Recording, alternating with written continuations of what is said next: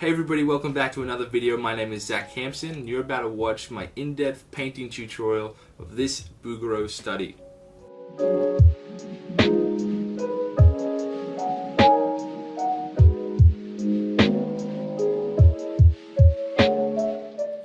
Welcome back everybody. Thank you so much for joining me once again. So like I said in the beginning, this painting process is focusing on my study I did the other day. It's oil on panel. It's a gessoed up panel, stained a bit more to give that brown feel, so it's not pure white. So gessoed up panel, so oil on panel, that's what I'm doing. It's a study of Beaugareau's painting, William Adolphe Beaugareau, Portrait of Gabrielle Cot. Fun fact, it was his only, the only painting he ever did that was not commissioned. This isn't how I start every single painting of my own, but it is, generally speaking, how I do studies. With studies, I tend to work a bit less seriously.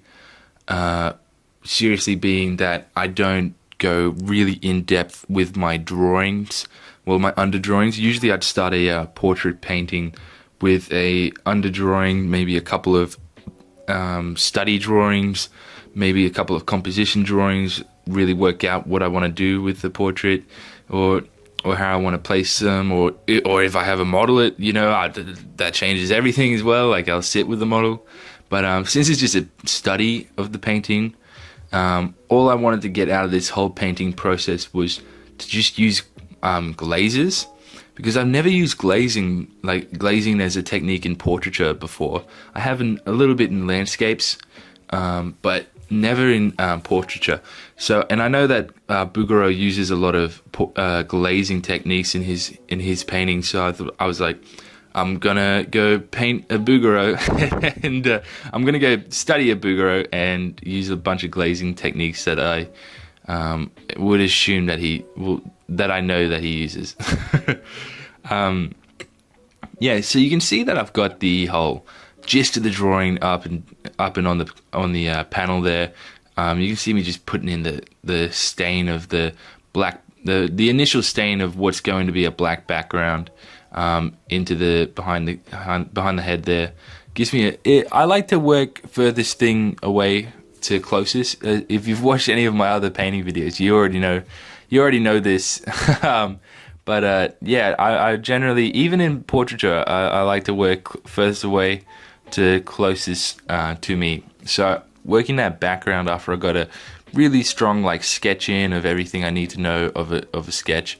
If you're doing a study, really your sketches don't need to be too in depth at all. When you're doing, obviously when you're going to paint over the top of them, you don't want to waste so much time sketching up a big complicated sketch to go over the top of a portrait. So you just want the general gist of it anyways. So you just see how I keep my drawing really general. Maybe put in the little dark areas underneath her eyes. That's about it. And that's where all good paintings start, I guess. So after all that general wash of a background is down, I'm going to really start to focus on mixing up some colors to put onto the face. For this video, I didn't film my palette. I should have. I really should have. I'm really kicking myself for not doing so. Honestly, I was just lazy. I didn't want to set up the other camera when it would have taken a second to set up, And then I was also thinking, well, would they rather just see the painting instead of just the painting and the palette back and forth? But now watching it all back, I think I definitely like the painting and back to the palette and back to the painting. That sort of cut I did for the what was it? The seascape painting, the sunset over Soldiers Beach. Yeah, that last video, that last video that was real time painting. It was 2 hours long, where I cut from the palette back to the painting from the palette. Yeah, I really loved the way that worked all together. So I think I know I'm gonna go back to doing that after this. After watching all this back, I'm like, I should have filmed that, the palette. Because the palette is the most important part of the whole painting process. You know, there's no denying that. The whole painting process, in whatever painting you're doing, the palette's the most important thing. Obviously, you know, the way you draw things and the way you apply paint is very important too. But like, real gist, you know, every like great master is always said. I think it was even Sargent that said like the painting is created on the palette. I could be very wrong who said that, but I think it was Sargent who said that the painting is created on the palette and not the other way around. Because I remember he didn't write this, but somebody that was getting a portrait done by him, she mentioned that she was very surprised how much he worked on the palette. He worked more on the palette than he worked on the painting. She said most of his time was spent on the palette, and it's so true, especially in portraiture, where, you know, a little tint of red, a little tint of blue, either way, can really affect the whole feel of the portrait drastically. So getting everything right on the palette before you put it onto the painting is so crucial and so imperative that you do that to get a really good painting out. So you see, I've started to put down some of my darker tones and then some of my lighter tones. So Cesar Santos has a process where he paints in different stages, and the first stage being the dead coloring stage, as he calls it. That's kind of what I love that. If you haven't, Secret of Portrait Painting is his masterclass video. If you haven't bought that or watched that, you should definitely go buy that and watch that. It's amazing. You'll get so much value out of that. Or even go watch, Andrew Tischler has one out right now. I haven't seen it, but knowing Andrew Tischler, that's going to be so packed full of great stuff. Anyways, yeah, so the dead coloring stage is essentially what I'm doing here. I'm not putting down the exact colors that I'm seeing from the painting reference itself in its finished stage. I'm putting down just a general gist of essentially dead colors onto the face so that I can work layer by layer and build up upon each layer and really create that vibrant layered texture of the skin, because the skin is, there's so many colors that run through our skin, like from these deep, you'd think just brown or white or yellow, you'd think it's basic colors, but no, there's like blues and greens and like all these other in-between colors that run through our skin. And skin being the largest organ on the whole body, you know, it's going to be very dynamic, of course.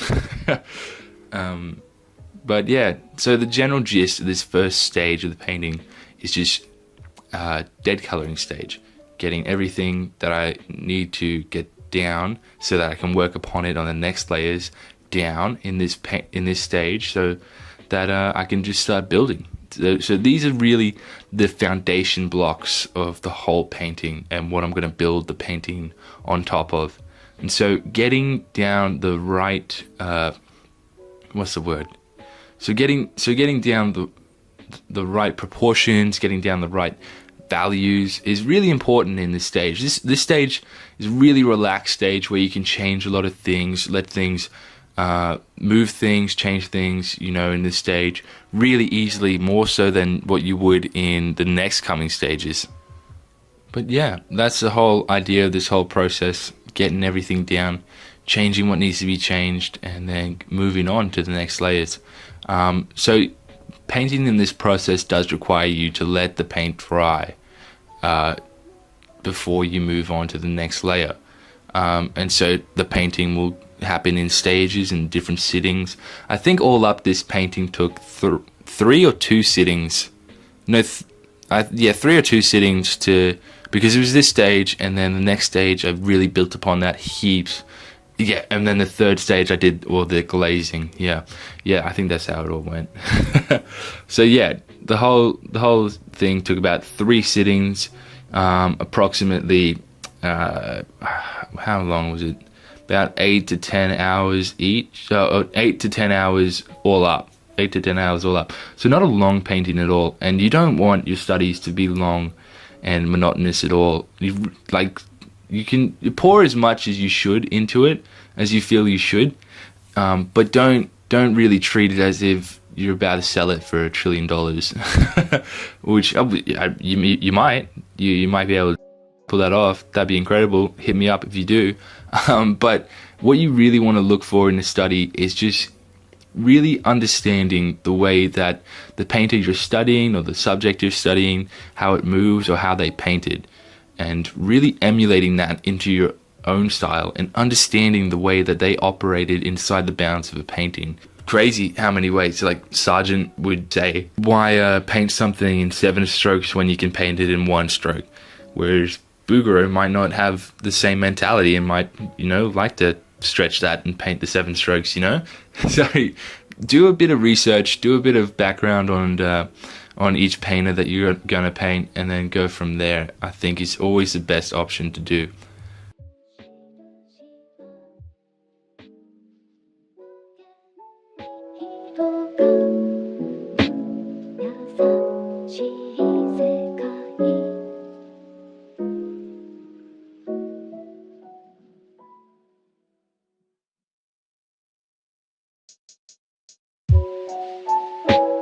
So moving right along to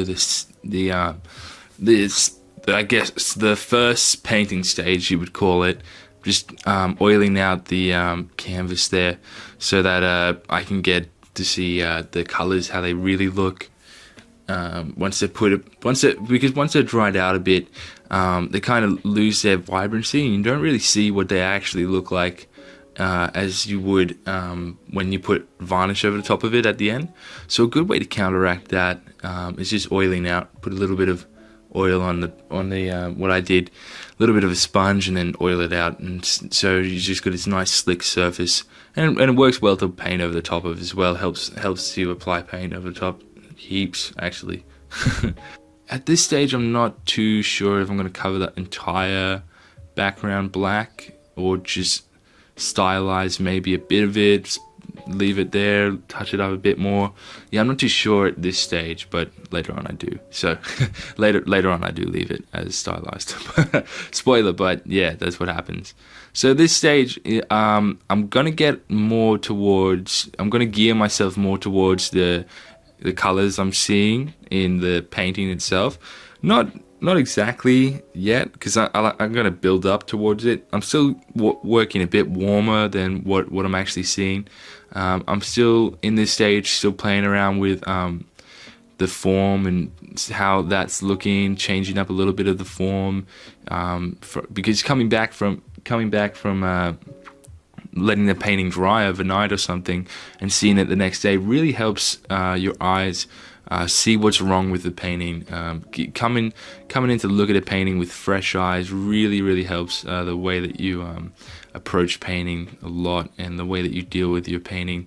It can really be a great asset and great tool to go away from your painting and come back and have a look at it, see how it's looking for you, and you'll definitely see what's wrong with it if you come back with fresh eyes. Even if you go for a jog or something, or a walk, go to the gym and come back after that, being away for like an hour or so, you'll start to see what's sticking out to you and not looking right. I'm telling you that much. So this, focusing on all the different aspects of the form, the features, the skin, all that good stuff, getting across the painting, and really just trying to build up the figure here, build upon that first layer. So again, working in those layers is what you're going to want to do. Is what you don't have to. You can be like Sargent or somebody, and he did work in layers a little bit. But just, you can work a la prima, I suppose, like whatever works for you. But I'm just letting you know what's really good for me is working in these layers, and it really helps vibrancy, really helps to build up texture and form. But yeah, all that good stuff. And you can see even with that ear, or with the face and the outline of stuff, like I'm really trying to hone back the form and get it correct and get it how I'm liking it, and getting it more correct to the original, the source study. And a big thing that I actually noticed at the end is I didn't tilt her head. Her head in the original is tilted up, and it's tilted to she's looking back at us, but she's tilted up and to the side, and it just for whatever reason, I just didn't do that when I put down my initial sketch. I just put it stagnant, looking back like an idiot. That's what happens. But thank God it's only a study and not something I'm about to give to a client or for a gallery or whatever. So thank goodness it's just a little study thing that I can just enjoy for myself or people of Instagram or whoever. Or even if somebody wants to buy it off me, they can have it. They can enjoy it too.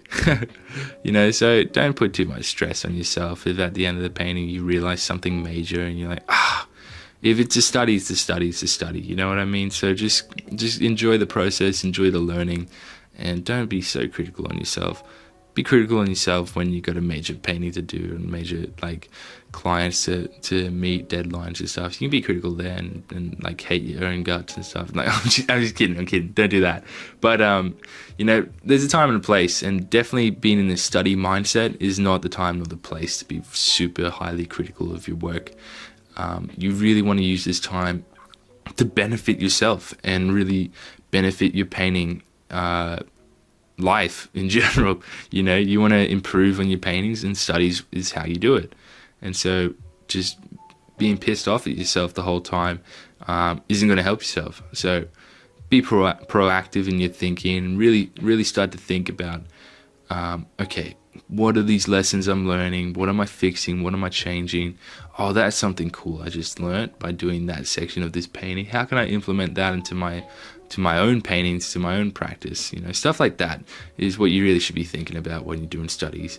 How does it benefit you, and what does this say about your own works, and how can I bring that across to my own practice and stuff like that? Yeah. So those are just some things you should be thinking about while you're doing some paintings.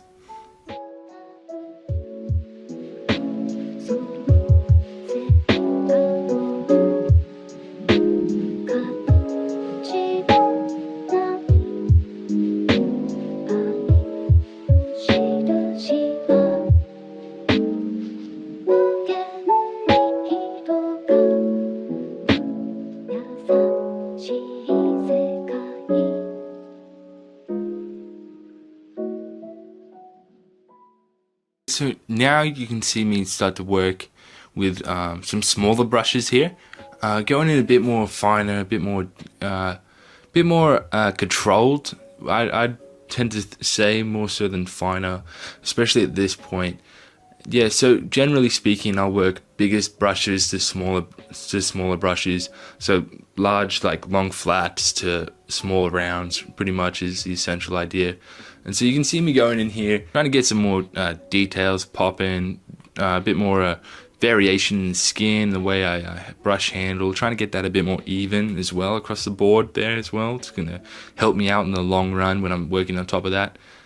Yeah, not much to say about this process right here. It's just really the nitty gritty of just getting into the painting process, and which the essential painting process is just working slow and building up, and then you've got to finish painting all of a sudden out of nowhere, out of hours and hours of work. It's just work and then building upon building, and until you finally come to a destination where you can sit back and I'm happy with this. This looks good to me. It's not much other than that really that goes into this whole painting process. Other than just building, and then I'm happy with that. Or you hate it enough that you just don't want to look at it anymore, and so you stop painting it.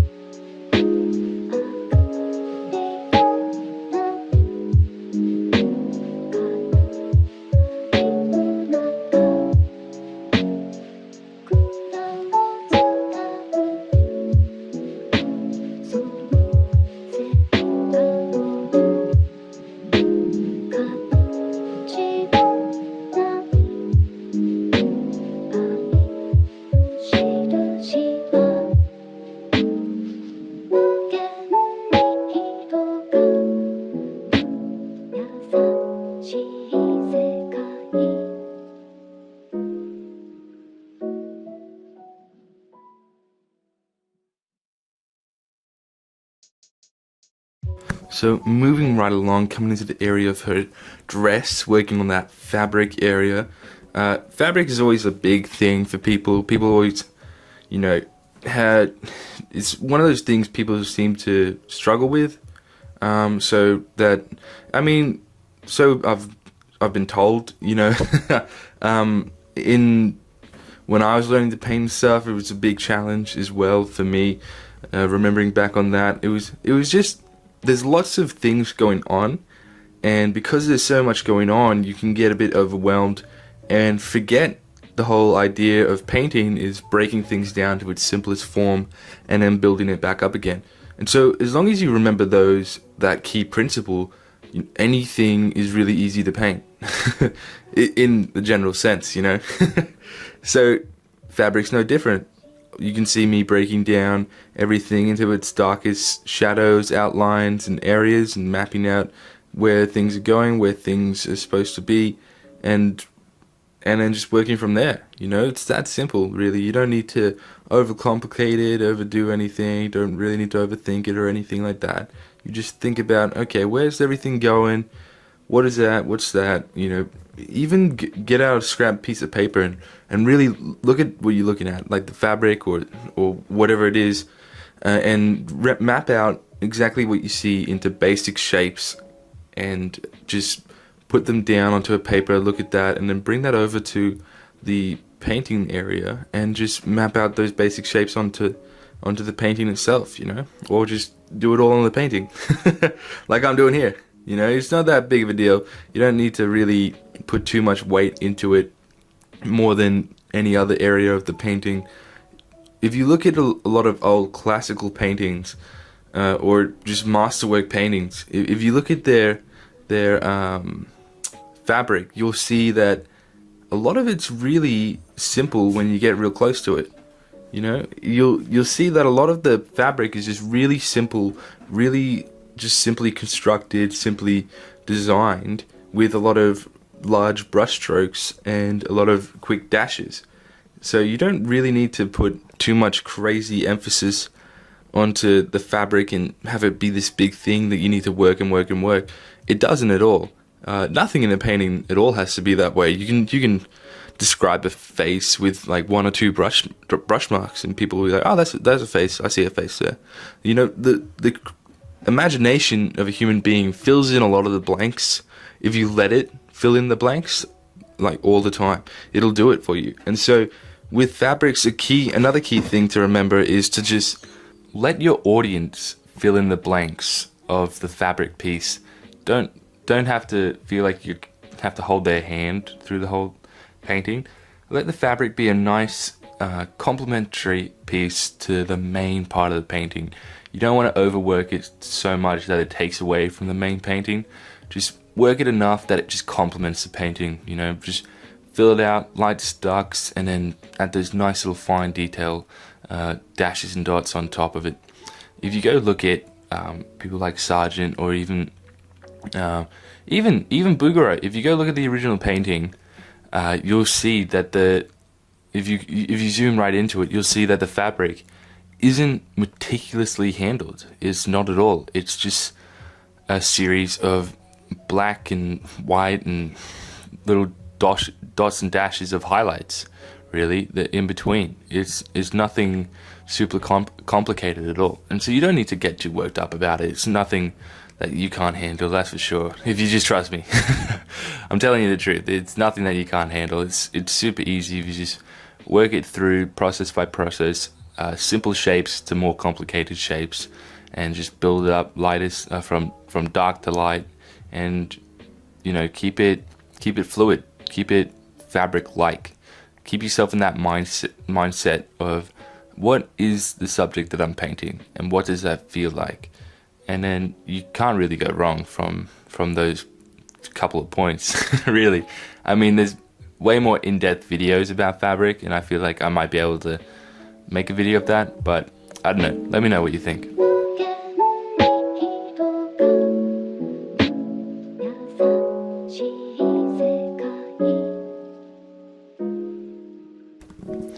Okay, finally, we're here in the section of the painting where I wanted to really focus into. Well, the whole process I thought would be very valuable for people, but this process right here was the reason why I painted this picture in the first place.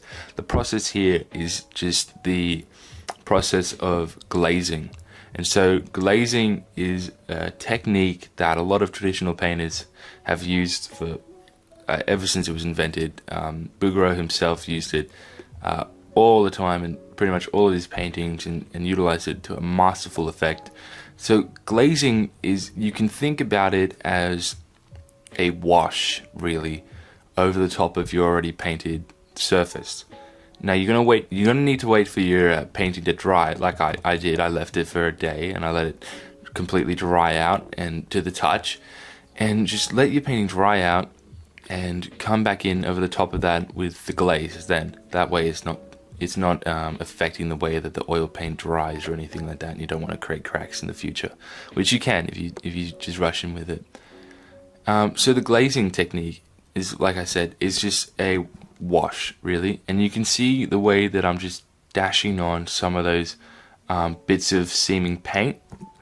It's not paint. So the glaze itself is this type of medium that you'll mix into the paint. So you're gonna not want so much paint to the glaze material. You're gonna want a lot more glaze material than you will paint, so that it becomes very see-through, very clear, and lets the oil paint become this sort of tonal wash that you can put over the top of it.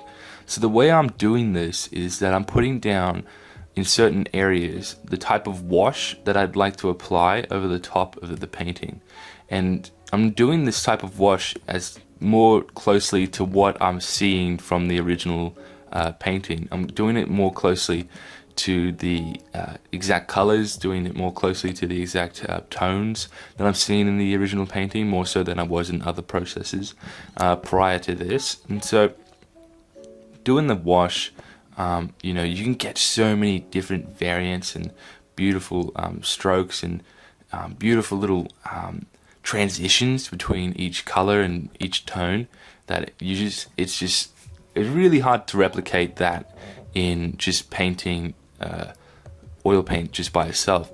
And so glazing is such a beautiful technique that can really help give your painting that extra bit of life. And I've used it before in landscape painting. I haven't ever used it before in portraiture.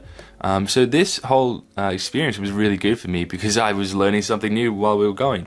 I didn't watch a tutorial or anything. I know enough about glazing that I could just go off the top and just experiment with it and see how it goes.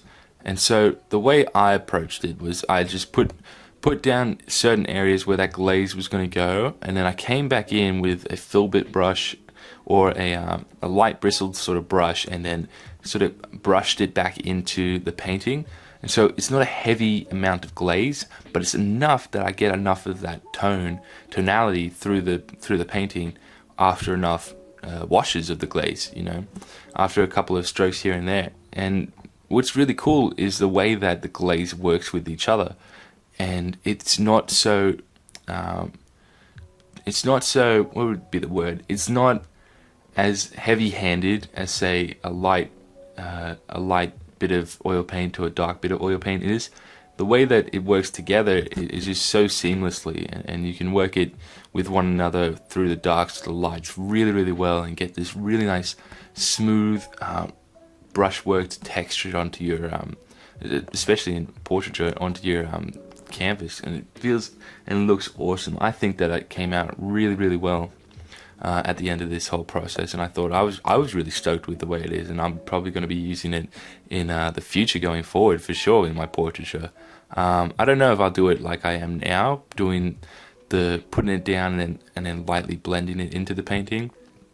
I might try and do it in different sort of variations of it, but that's what I found really worked for me in this painting, putting a bit of it down and then lightly blending it over the top of it, and then having those variations between each glaze color being from the nice and cools to the warm reds, and the highlights being the more white sort of colors, But yeah, because it's so thin and just so much more transparent than normal oil paint, it just works together really well and sits on top of your painting like a beautiful finish.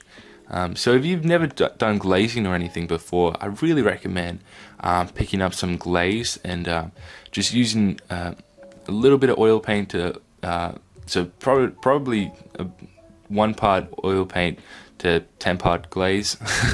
That might be excessive, something around there. I'm sure somebody will be able to tell you the exact amount.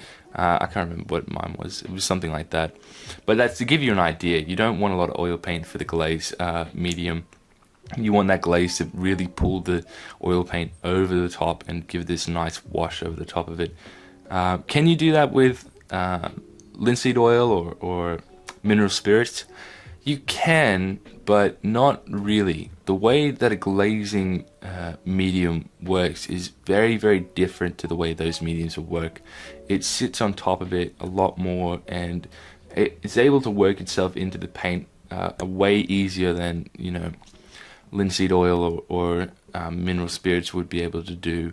You could get a similar thing, but the way that those mediums works is not the same as, say, a standard glaze medium that you go out and purchase separately.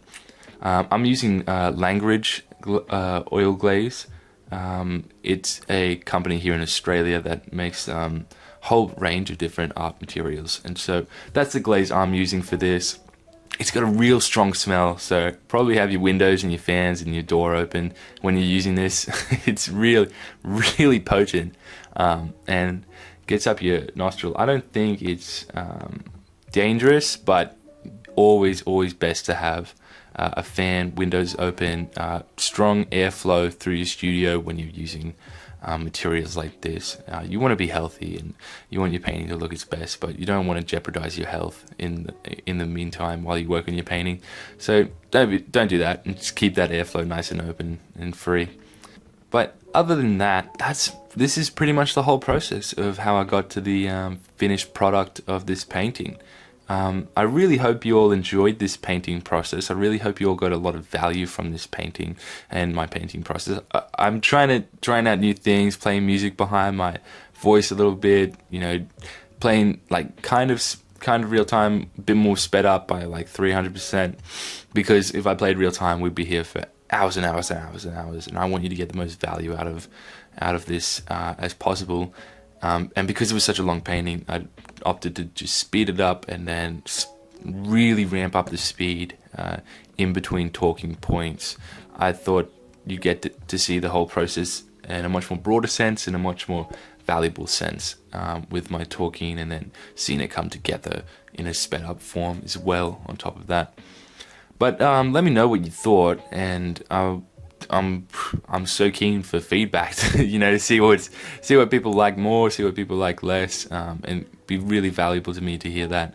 But yeah, other than that, I hope you enjoyed this process video, and I hope you enjoy your being able to implement all these techniques, and maybe if you learn something here, being able to take that away into your own painting stuff. That'd be awesome. I'd love to hear back about that and stuff, or hit me up on the Instagram and say, like, show me what you did if you took anything away from this. I'd love to see that. That'd be awesome.